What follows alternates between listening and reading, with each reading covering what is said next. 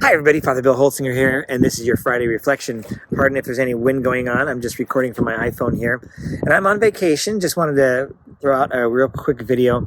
I am on, not the banks, but on the gorge of the Columbia River, and that's Vantage. That's Vantage, this little town of Vantage in Washington, and this is not the Washington-Oregon border situation. This is all Washington.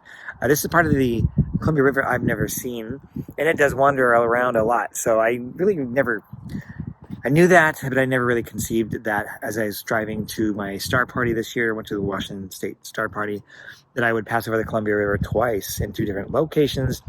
And that's a little bridge right there that I'm going to be traversing to head over to Prineville for the rest of my vacation. Well, in this coming weekends, we hear about how Elijah was being fed some food because he just wanted to die. And God helps him and gives him encouragement. But it's interesting because right before this, if you read in 1 Kings, I think it's 19 verse 1, Jezebel is really ticked off at him because he has demonstrated that the gods of Baal, which were the gods of Jezebel, were not real, and that really ticked her off.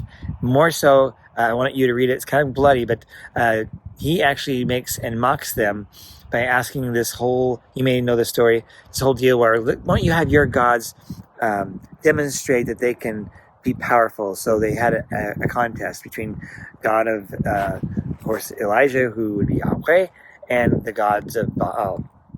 And so they were supposed to have like a fireplace or a bunch of wood that would be consumed by like a sacrifice for their gods, and see what would happen. And of course, the gods of Baal, or the prophets of Baal, priests of Baal, did not have any success.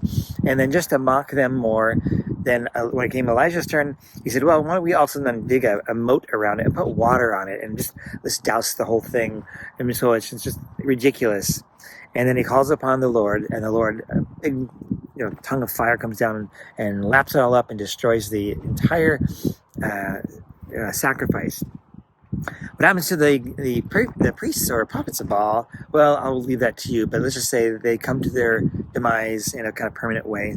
And from there, Elijah takes off, running away, because now Jezebel's after him, and he gets tired, and that's where we run. That's where we end up in today's first reading for the weekend. So my question for myself is, when have I done something that is supposed to be faithful, but I would pay a price? When have I done something that is something I'm called to do and really stand up for my faith, and yet not everybody's going to agree, or I'm going to enter into some kind of debate, or people are going to mock me, or whatever it might be. I'm going to move around here so get a little more sun here.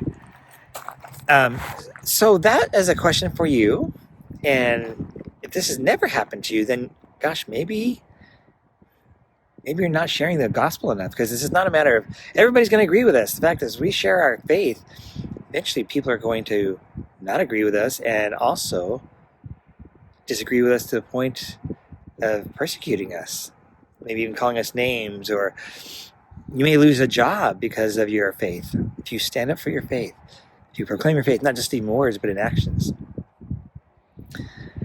This is tough. This is the cross. Christ knew that we would suffer. If we were to follow him, there would be suffering. But know this, just like God helped Elijah, he will help you.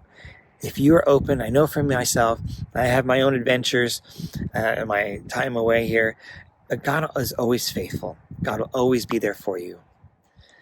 Just want to share that with you, a real short message, and I'm going back to my vacation. God bless you. Bye-bye.